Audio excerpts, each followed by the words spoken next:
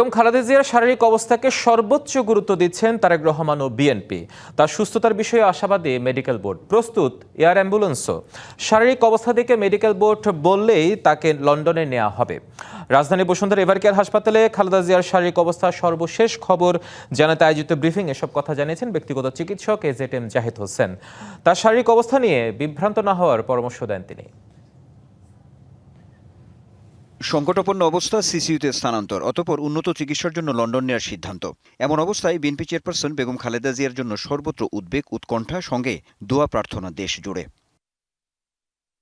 কাতারের royal air অ্যাম্বুলেন্সের technical ত্রুটিজনিত কারণসহ Begum Khaleda জিয়ার শারীরিক পরিস্থিতি বিবেচনায় তাকে লন্ডনে নেওয়া যাবে কিনা এ নিয়ে দেখা দেয় অনিশ্চয়তাও। শুক্রবার শুধু লন্ডন থেকে ছুটে আসেন পুত্রবধূ ডাক্তার জুবাইদা রহমান। বিমানবন্দরে নেমে সোজা চলে যান রাজধানীর এভারকেয়ার হাসপাতালে। সশরীরে খোঁজ নেন শাশুড়ির। রাতেও দীর্ঘ সময় তার কাছে ছিলেন ডাক্তার জুবাইদা।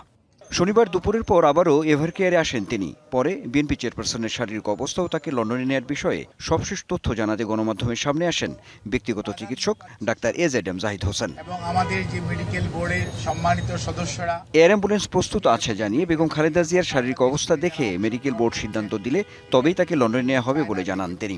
সর্বোচ্চ পর্যায়ে কাতার গভর্নমেন্ট এবং আমাদের যে অন্তর্বর্তীকালীন সরকার সর্বোচ্চ পর্যায়ে সহযোগিতা আমাদেরকে করছেন এবং তারা ওনাদের বিদেশে নেওয়ার ব্যাপারে ওনাদের যে সহযোগিতা অব্যাহত রেখেছেন।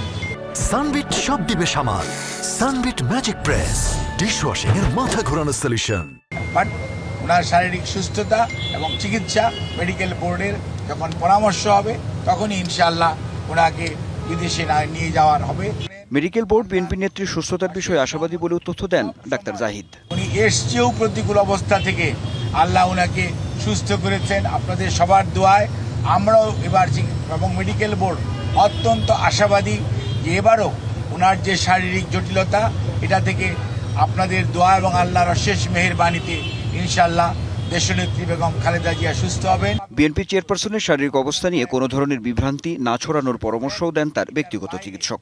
কেউ গুজব ছড়িয়ে মানুষকে দয়া করে বিভ্রান্ত করবেন না। Anwar Hossain, DBC news, Dhaka.